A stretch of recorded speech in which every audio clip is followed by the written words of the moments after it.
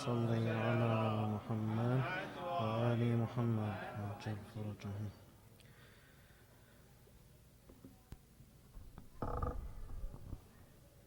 أعوذ بالله السميع العليم من شر نفسي وسيئات عملي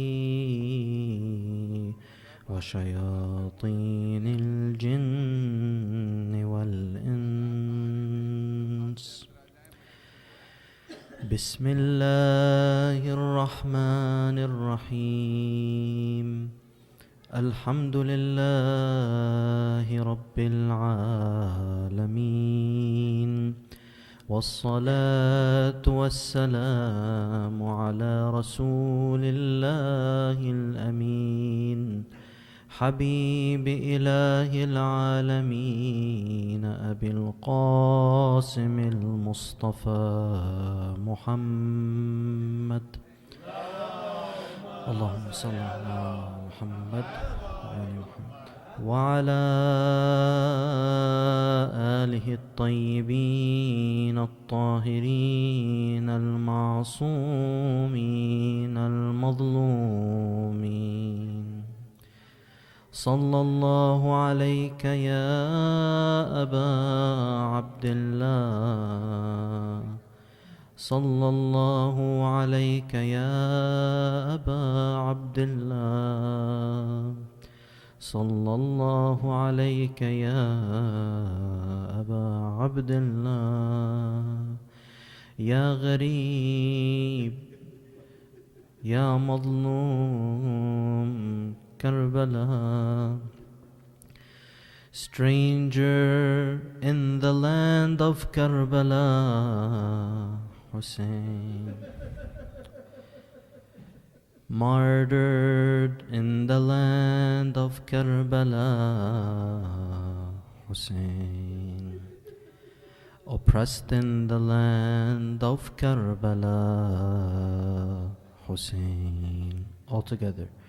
Stranger in the land of Karbala, Hussein, martyred in the land of Karbala, Hussein, oppressed in the land of Karbala, Hussein. I seek refuge with the one who allows me to pronounce the word refuge. I seek refuge and shelter with the one who allows me to continue to exist every single moment. I seek His protection for every breath that I take, in every flicker of existence that you see before you, occurring one flicker after another to such an extent where it seems that I'm standing as one solid object in front of you. But in reality, if you look down deep on the subatomic particle level, everything is in motion. So many things are moving. There is nothing that is still. Every single moment, He is cradling me and allowing me to continue to be powered up with that electricity of existence that keeps me going. If He were to cut it off, even for a moment, I would simply cease to exist. I begin in His name, the one who is self-explanatory, but He's the explanation required to explain how everything else can exist. You ask, how can it be that I'm here when there was a time that I was not here? Or you may ask, to be more precise, how can I be here when what it means to be me doesn't necessitate that I exist? Nothing about being a human means I have to exist.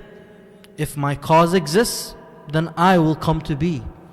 If my cause does not exist, I will simply not be. Nothing about what it means to be me makes it a necessary thing that I exist. That's because I'm mumkin, I'm contingent, I'm a possible being, I'm a possibility. If you bring what it takes to make me exist, I'll exist. If you don't provide all of the necessary ingredients, I simply will not come to be. Even if you take away one of the necessary ingredients, I will stop existing. That's when it comes to somebody like me, or everything else around me, all of these beings, even all the galaxies in the farthest reaches of the universe. All of them don't really have to be. It's only when you bring all of the ingredients necessary for those things to exist that they can actually exist. But with God, the one who I begin in His name, it's different. You see, with God, what it means to be God requires that He exists. He has everything it takes to exist by virtue of what it means to be Him. To put it more plainly, hopefully I didn't lose any of you. To put it more plainly, some people say, well, okay, we need God to exist, right? Well, what about God? How does He exist? Who created God? Let's not be shy. Let's not be scared to ask the questions. But at the same time, let us have the courage and the diligence to follow up with those questions and find the answers. The answer, dear brothers and sisters, lies in a very simple equation. You need an explanation until you reach something that is self-explanatory. God is self-explanatory. His very identity, His very essence, what it means to be Him, has everything it takes to explain why He exists. Everything else is different. Everything else depends on Him, is deficient in some way. Everything other than Him is limited in some way by Him, is in need of Him. That's why everything needs an explanation, except God. He is self-explanatory. I begin in His name, the Beneficent, the Merciful, the one with all attributes of excellence. Every goodness that you see emanates from His presence. Every real excellence, every real perfection, every true existential attribute of beauty or majesty flows and emanates from His being. If you ever see something that you find interesting or praiseworthy or worthy of your love in any creature, any object, any person, any hero, even something that you've conjured in your imagination, all of it would not have any real quality except through and by Him. All praise belongs to Him. I begin in His name, the one with all the qualities of perfection and all the beautiful names, له الأسماء الحسنى والصفات العليا. And I ask Him to shower peace and blessings upon those whom He chose to guide those of consciousness and conscience, meaning those who can tell right from wrong and those who are aware that when something exists and it doesn't have a self-explanation in itself, it needs an explanation. We are beings, you and I, that understand these kind of things, that can contemplate, that can look at the mountains and the skies and look at the traces and footsteps on the ground and realize there must be an explanation for these footsteps.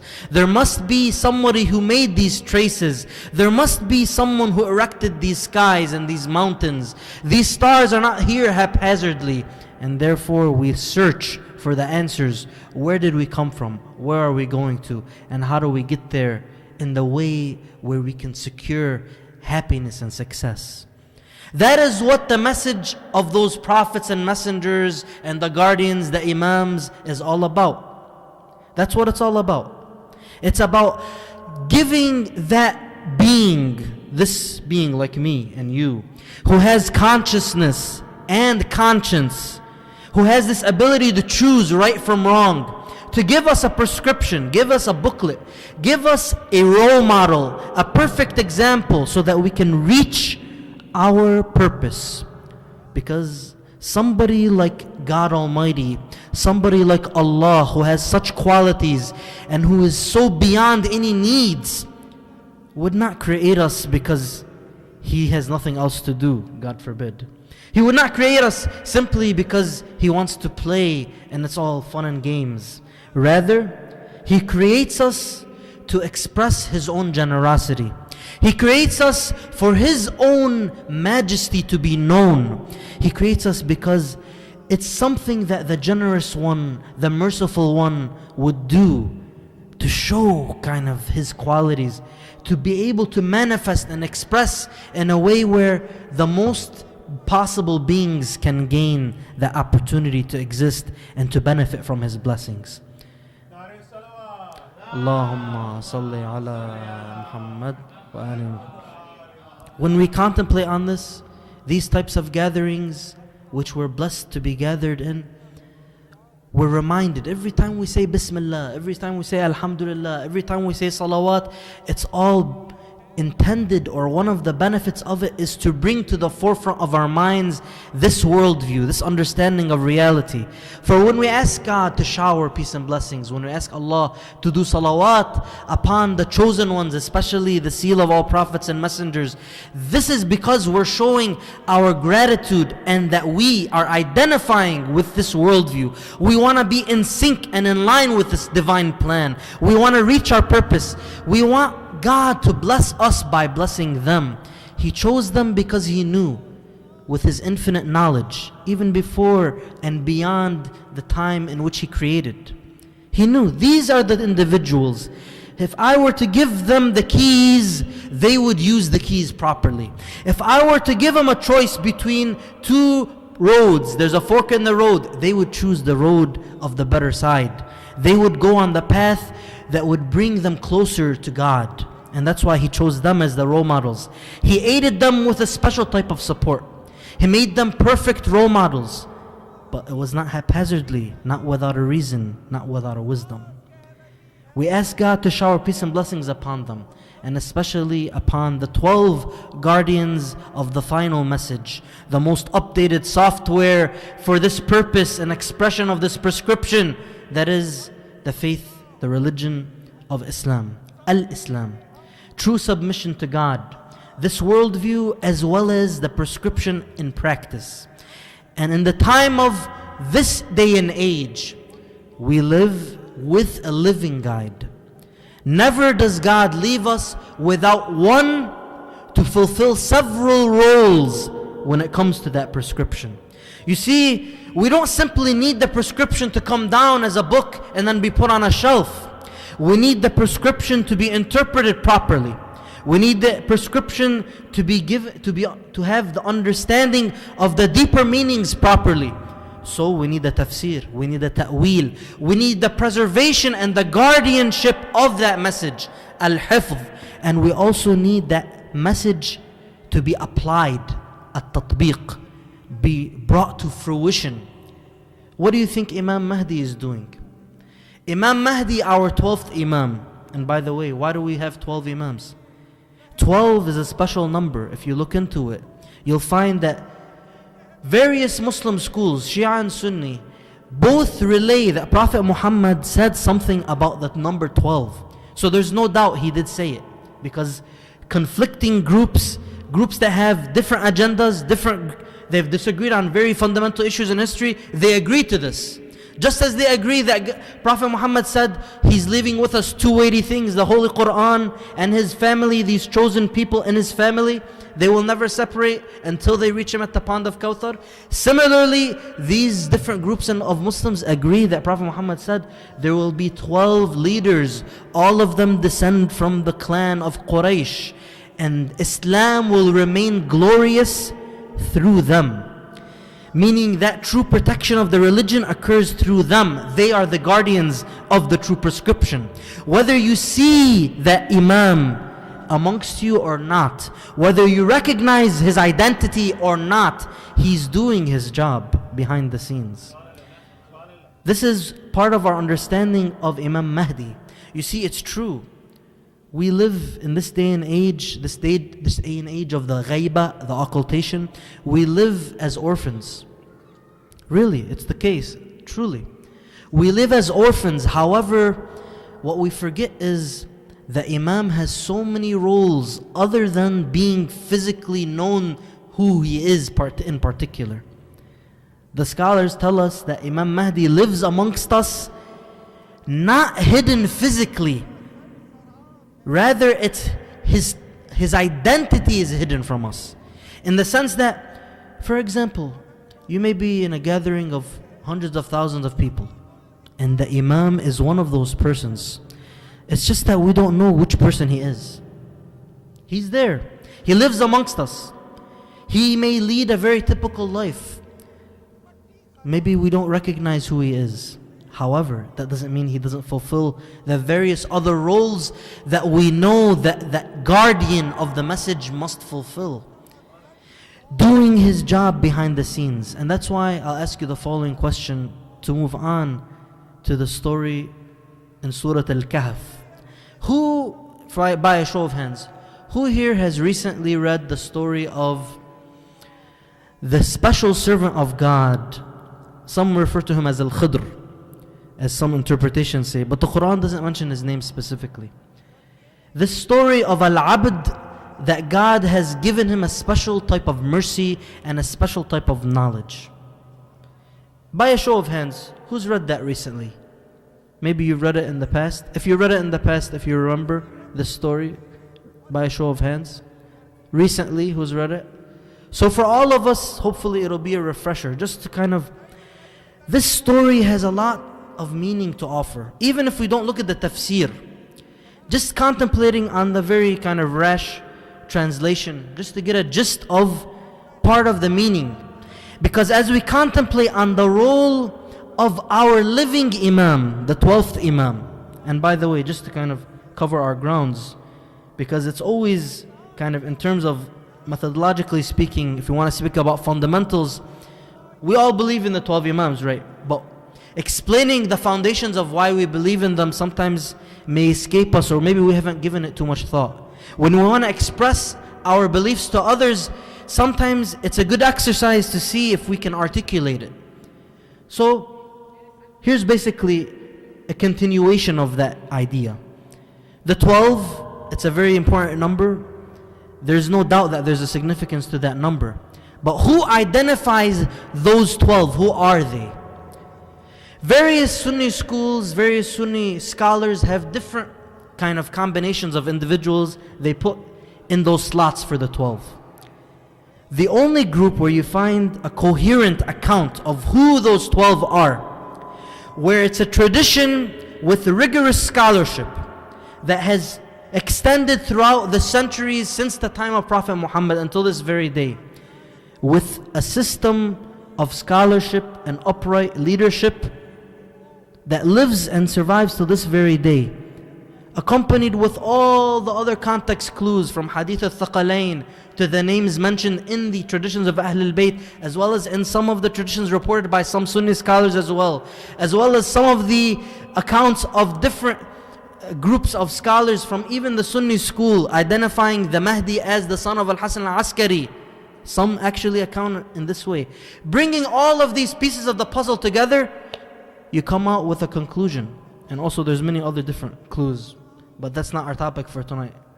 The point is, you come up with this conclusion that these 12 identified as the 12er Shia school of thought identifies, can be none other than the truth. Now, underneath what I'm saying there is an assumption. Here's the assumption, if you were wondering. My assumption is this: it must be that if God wants to show us our purpose, God wants to deliver a message, that He will deliver it in a way that is coherent and that is protected throughout the generations by a system of scholarship where it's a coherent in a tradition that is maintaining its integrity. It's not simply something that you can find different pieces and pieces and parts of it spread throughout the world and you try to bring something together and make your own new religion. God is much greater and much wiser than to spread the truth in such a fashion. Rather, God's mercy and His wisdom dictates that He will maintain and preserve the true religion throughout the ages. So wherever you look, in any age, in any generation, you must find that there is a true religion on earth. Otherwise, God would definitely maintain the true faith in some means or fashion. He would bring forth some type of a miracle to maintain the integrity of the true religion, the integrity of that true tradition. At least the bare minimum would have to be maintained. Otherwise, what's the point of sending a message and then letting the message to disintegrate over time and be corrupted, and then half of the message is true and half of it is false, and then you have to go and piece things together across the globe to find one account of what's right. Basically, in summary, it's like this. If you had a message to give to humanity, you had a prescription to deliver. Imagine, for example, buying an Xbox. And you find that the instructions in that box are some of the key instructions that you need to figure out what's going on. They're not in the box. You try to figure it out by test and trial and error, and you're like, I don't know, this is taking too long, I can't figure this out, what's going on?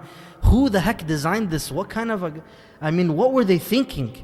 Not putting the instructions completely in here in the right fashion, not giving me a complete message that's preserved and protected on this code, or at least show me a video that somebody explains things to me, that everything I need is there. So, dear brothers and sisters, in every day and age there must be, if God is wise as He is, if God is kind as He is, if God is merciful as He is, the true faith must be preserved in every day and age, somewhere, somehow, in a coherent fashion, by a tradition with rigorous scholarship that meets the standards, intellectual standards that human beings can come to terms with. And this is what you find in the school of thought of Ahlul Bayt. Survey all of the traditions of the world. Survey all of those with the key foundational ideas about God's existence, about the principle that God sends prophets and messengers, about the principle of the Day of Judgment, about the fact that there has to be guardians of the message that are pure and perfect role models representing that message. Look around and find for me any coherent tradition that has a history of rigorous scholarship that meets intellectual standards, rather it exceeds intellectual standards that are common amongst human beings.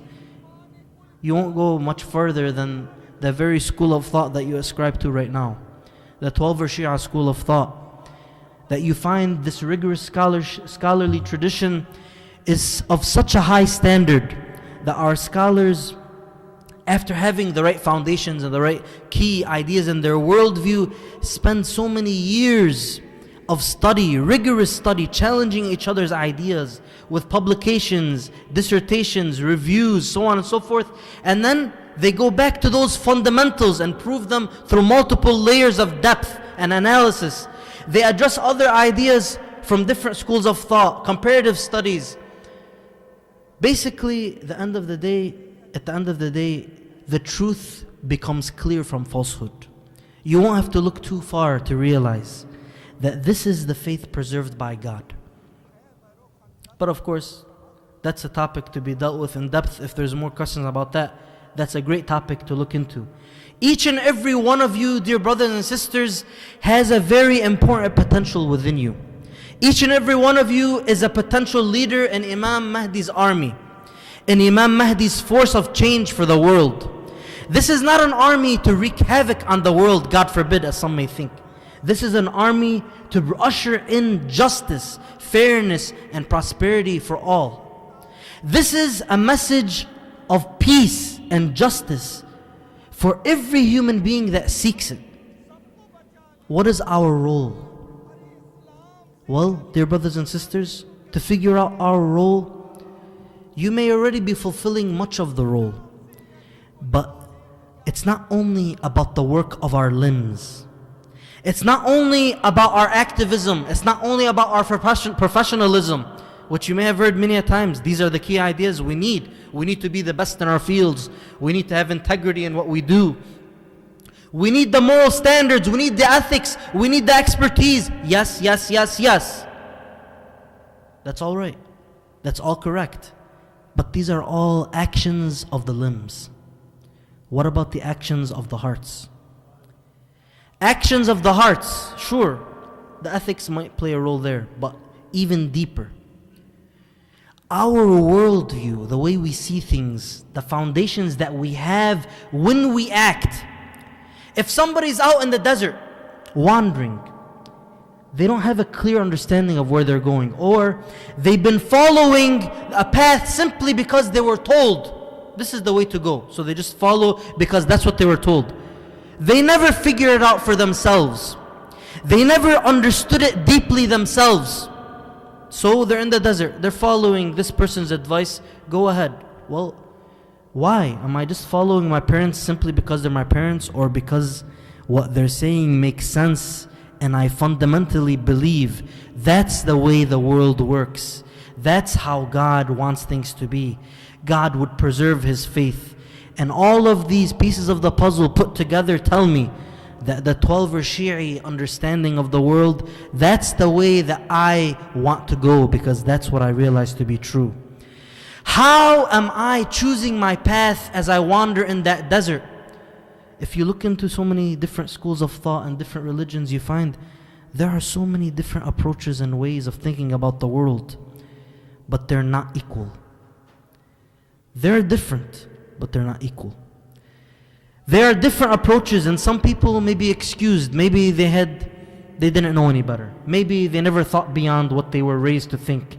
Maybe. All of these are reasons that God will take into account, because He is just, because He's fair, because He is merciful.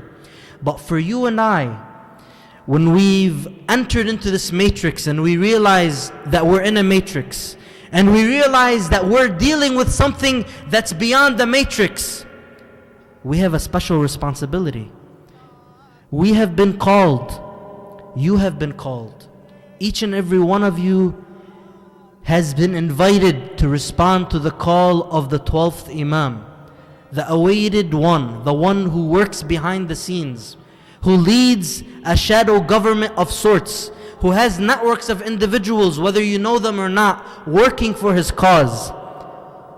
They have a worldview, an understanding of the world with solid foundations that leads them to devote themselves and worship at night and work with integrity in the day, being the best that they can be at what they do, each serving in their own capacity. Where is your role in that game? Where is your role to play in that matrix? Where am I and where are you? Each and every one of us has a responsibility because of this great potential. We have a role to play. And what is Ashura about? Other than realizing our role in this greater scheme of things, this matrix, if you will, how things work, what variables are at play, what key things were threatened in that matrix, such that Imam Hussein had to sacrifice his life and take his women and children with him, and then they would become captives, and they would lead the revolution by speaking out the truth place to place, even though the heads were on the spears as they were going through all those different towns. What type of variables were at play such that we had to have that happen? When you look at it in this way, Ashura is no longer a matter of history alone. It becomes the reality we live today, to realize what is our role in that greater scheme, in that greater plan that Imam Hussein began as a continuation of Prophet Muhammad's message, that would make sure that this message for humanity would remain and be everlasting. What else is it that Imam Zain al-Abidin played in his day? What role he played? Imam Zain al-Abidin's martyrdom was yesterday, the 25th of Muharram. Imam Zain al-Abidin is a much misunderstood personality, perhaps.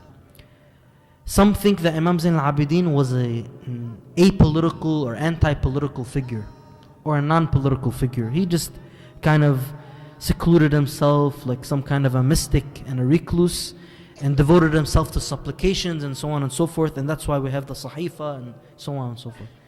This is a mistaken view, and hopefully in the next couple nights I'll talk more about how Imam Zayn al-Abidin had a very special role to play, even politically, yes. Contrary to what many may think, he had a political role. Of course, I'm not saying that they used the word political in the same sense back then. I just mean that the content of his behavior and his choices and his planning were constitutive of what today we would refer to as a political type of planning, strategic planning that had to do with the role of different factors that affect society and so on and so forth, because it's part of his mission as an imam, his role as an imam. So back to the story of Al-Abd al-Salih. Contemplate with me these holy verses of the Holy Quran. God Almighty says in Surah Al-Kahf, in verse 65, and I begin after Bismillahir Rahmanir Rahim.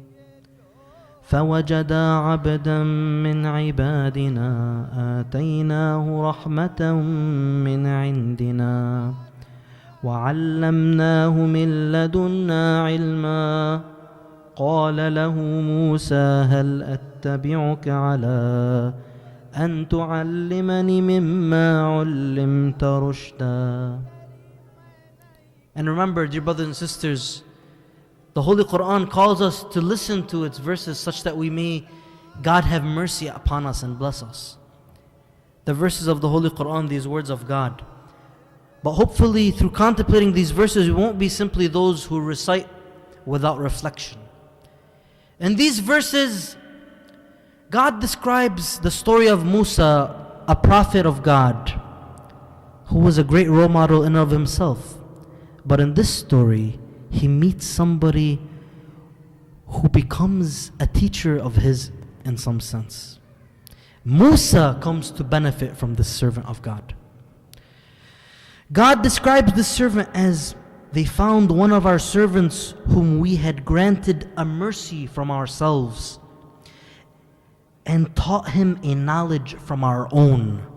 So this is not just any type of mercy, this is a special type of mercy. Not just any type of knowledge, a special access type of knowledge that had Musa come to seek it out from him. Moses asked him, may I follow you for the purpose that you teach me some of the probity you have been taught? مِمَّا عُلِّمْتَ رُشْدًا. There's some type of maturity, some type of guidance that you have that I would like to benefit.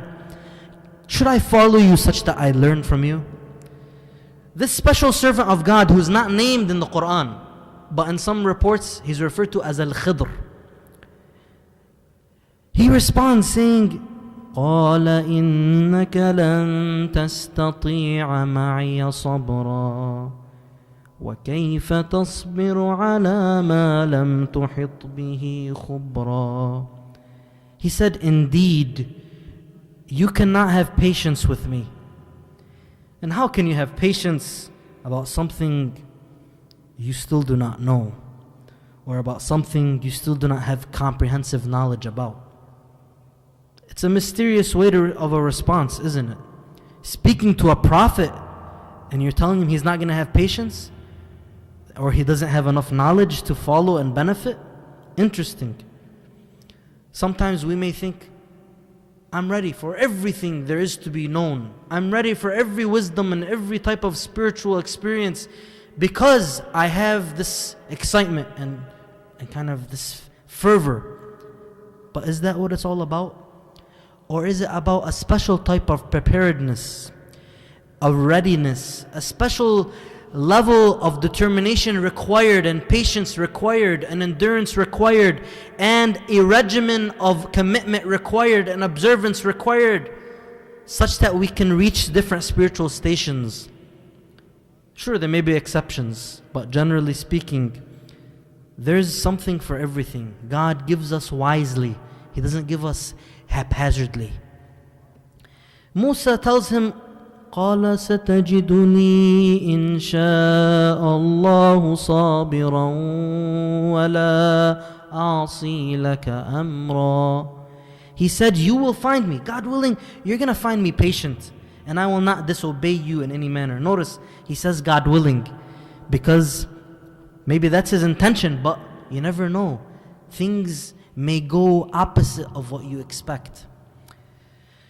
So, Al-Khidr, because I don't want to take too much of the time before I complete the story, I'm going to kind of paraphrase.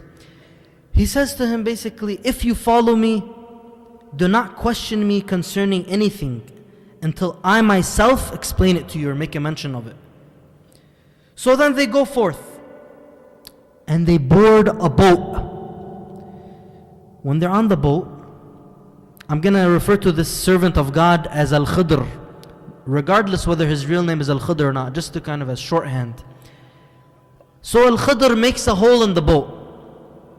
Why would somebody make a hole in the boat? If you were to see somebody make a hole in the boat, what do you think, with your level of understanding, you think this guy is doing something that's outrageously wrong? So you wouldn't blame Prophet Musa for what he's about to say. He said, did you make a hole in it to drown its people? You have certainly done a monstrous thing. He said, did I not say, indeed, you cannot have patience with me? He said, Musa remembered, or he came back to himself to realize, of course, Musa knows God told him about this particular person, that he has a special level of knowledge. So Musa knew he was able to trust this person. It wasn't just like some random person claiming to have this divine wisdom. This was somebody Musa, God had given him an awareness that this person has special knowledge. So he knew that deep down there's something of wisdom here. It's not just some crazy person. So Musa said, do not take me to task for my forgetting, and do not be hard upon me. So they went on, and then they encountered a boy, a little boy perhaps. What does Al-Khidr do? He slays the boy. He kills the boy. This is what's going on here.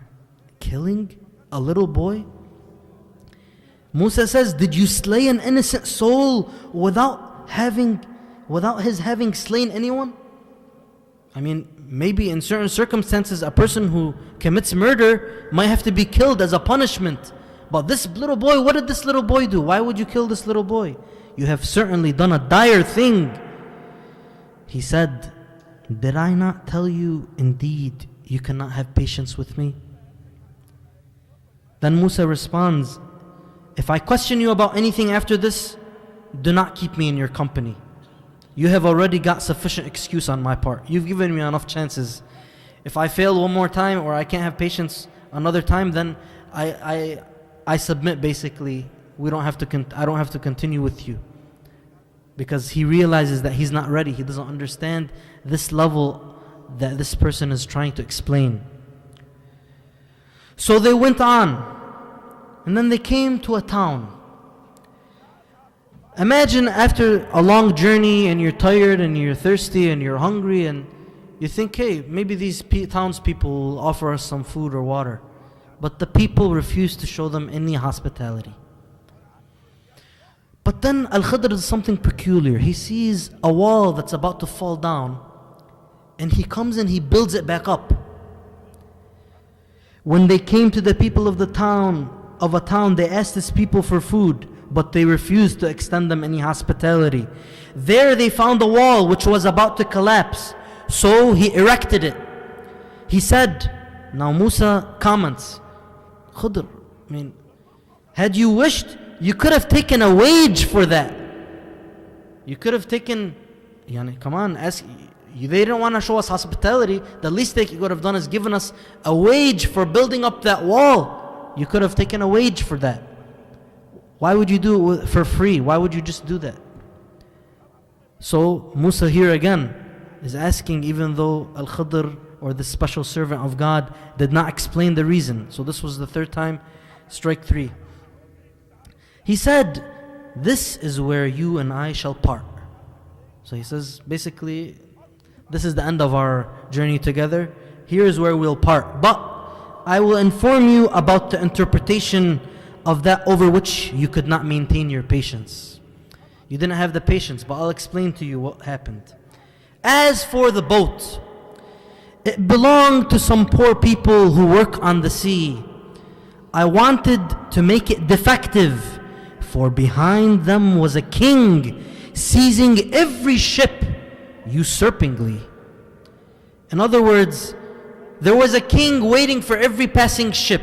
If it was intact and it was non-defective, he would take the ship, he would take it for his own. He would steal the ship.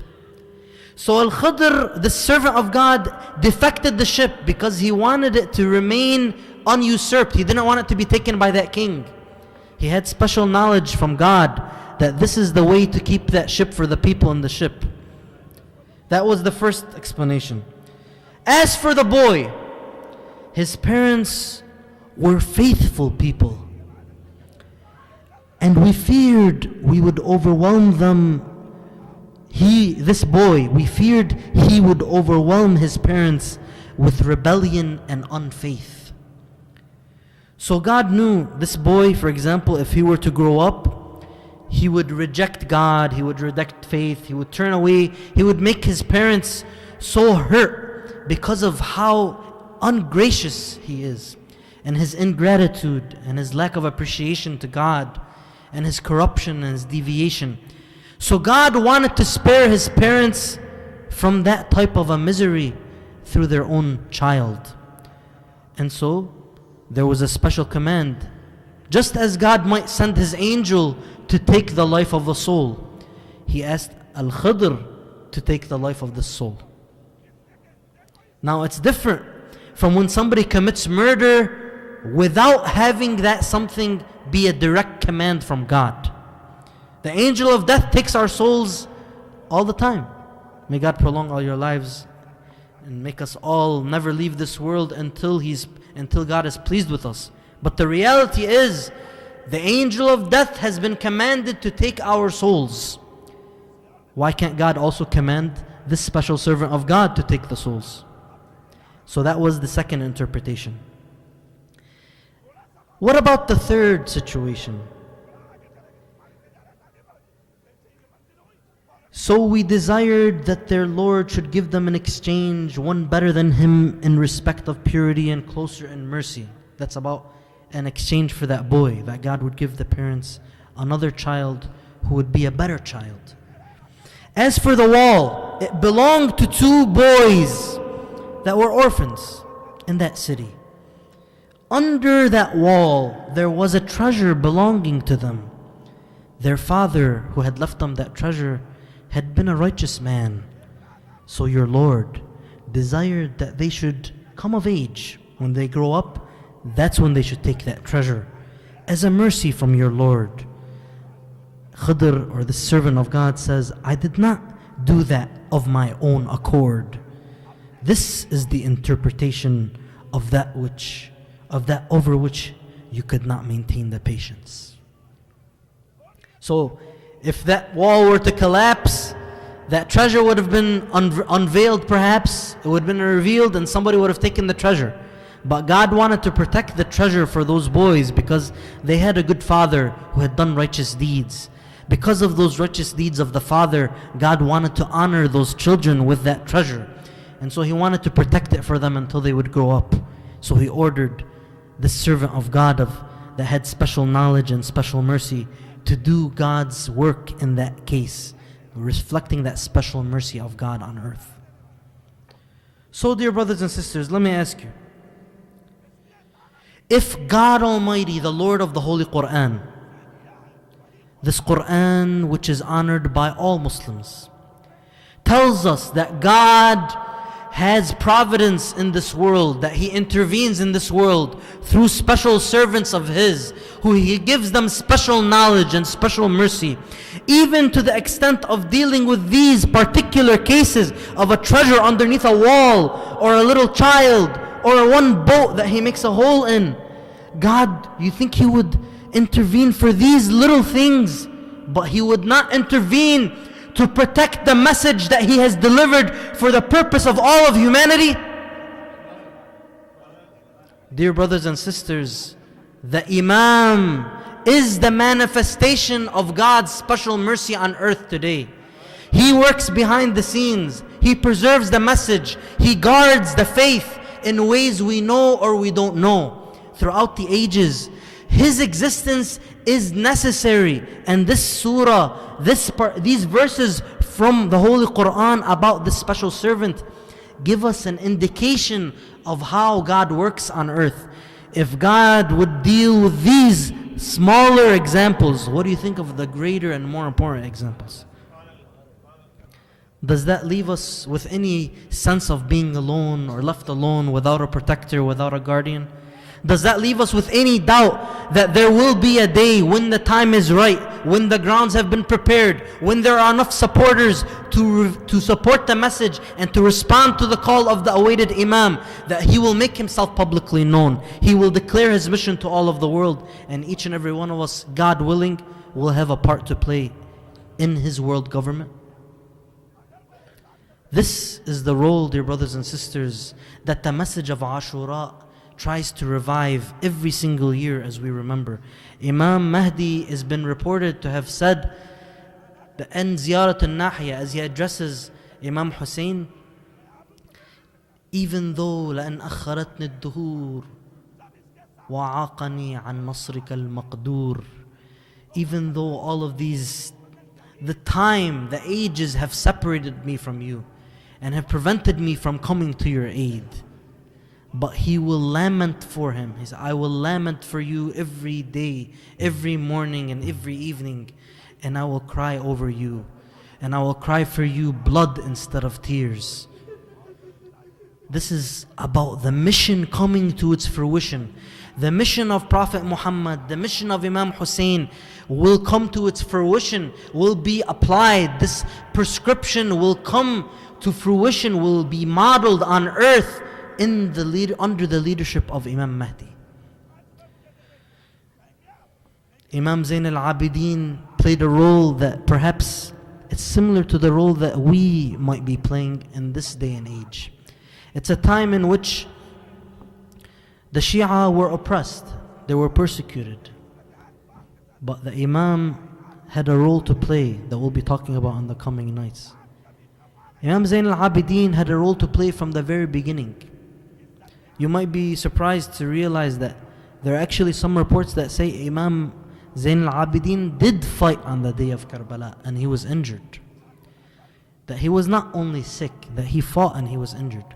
But he survived for different factors, different variables that came to play. Perhaps some involved God's intervention with a special type of blessing that he gave the Imam. He protected the Imam of the age.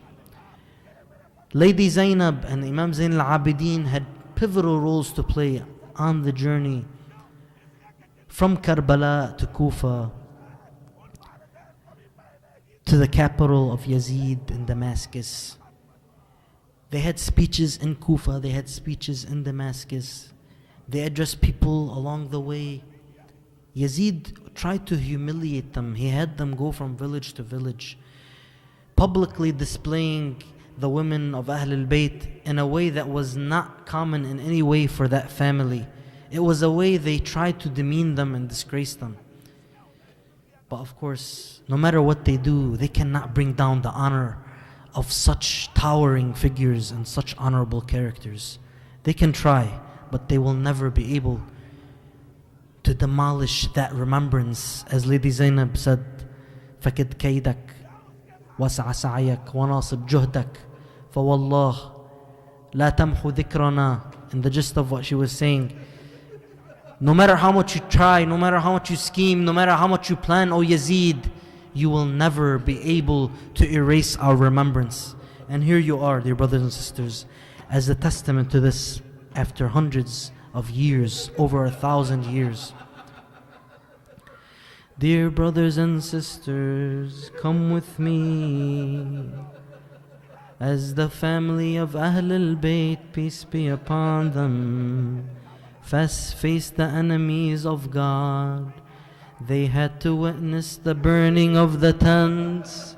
Imagine as all of the soldiers started to charge toward the camp of Imam Hussein, peace be upon him.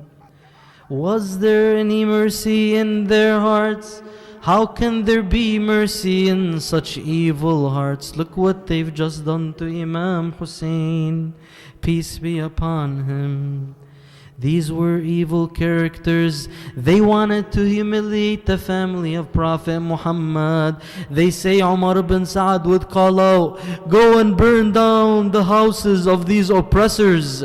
He would say that this family, these women and children, these are the oppressors. أحرقوا بيوت الظالمين. Oh my God, imagine, they say Imam Zain al-Abidin, peace be upon him, even after so many years after Karbala, he would cry as he remembered what happened to the women and the children on that day. He says that every time I look at these women and these children, I remember how they were running from tent to tent. They were just trying to seek refuge, and this, as this enemy of God was saying, burn down these tents. Imagine, dear brothers and sisters, Imam Zain al-Abidin, peace be upon him. They say Imam Zain al-Abidin, every time they would bring him food or water, he would remember how his father, my father was killed hungry, my father was killed thirsty. ألا لعنة الله على القوم الظالمين وسيعلم الذين ظلموا آل بيت محمد أي منقلب ينقلبون والعاقبة للمتقين. O Allah, we ask you for the sake of Prophet Muhammad, the seal of your prophets. We ask you for the sake of the 12 guardians of our faith, the Immaculate Imams. We ask you for the sake of our 12th Holy Imam, the living awaited Savior. We ask you, O Allah, to accept the little that we have offered. We ask you to perfect it and to bless it with your bounties. We ask you, O Allah, to guide all of the misguided. We ask you to heal the sick, to grant the requests of the believers. We ask you especially to grant the requests of our holy Imam, to give him all that he needs to prepare the grounds for his awakening of humanity and his appearance. We ask you to give us the knowledge, the love, and the will to serve in his army, to serve in his force of change for the world. We ask you to bring us all under the fold of that prosperity and justice, to hope to bring all of humanity into that peace and harmony. We ask you, O Allah, to never let us leave this world until you have become pleased with us. We ask you to grant us a good end in this world. We ask you, Ya Allah, to give us the best of that which you give your righteous servants. And we seek refuge with you from all of that which your righteous servants seek refuge with you from. And the last of our prayers was Subhana rabbika rabbil izzati amma yasifun wa salamun ala al-mursaleen walhamdulillahi rabbil alameen. O Allah, give victory to all of those defending the innocent across the globe on the battlefields of justice and truth and righteousness. Those who are fighting the terrorists, O Allah, free all of the innocent captives, give them relief, provide all of their needs, make sure that they have everything they need, and give them all the way they can have against the enemy. Do not give the enemy any way against them. Give them victory every step they take. We ask you, Allah, for the sake of Imam Zain al-Abidin, for the sake of our grand scholars, especially the great Ayatullah, the late who has passed away recently, Samahat al-Sayyid Taqi al-Tabatabai al-Qummi. May God sanctify his soul, blessed be his soul. We ask you to accept the little that we offer for the sake of Salat ala Muhammad wa Ali Muhammad. Allahumma salli ala Muhammad wa ali Muhammad.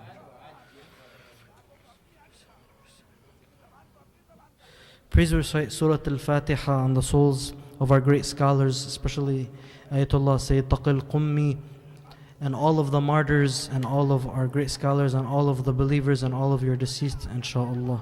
After salawat ala Muhammad wa ali Muhammad. Allahumma salli ala Muhammad wa ali Muhammad.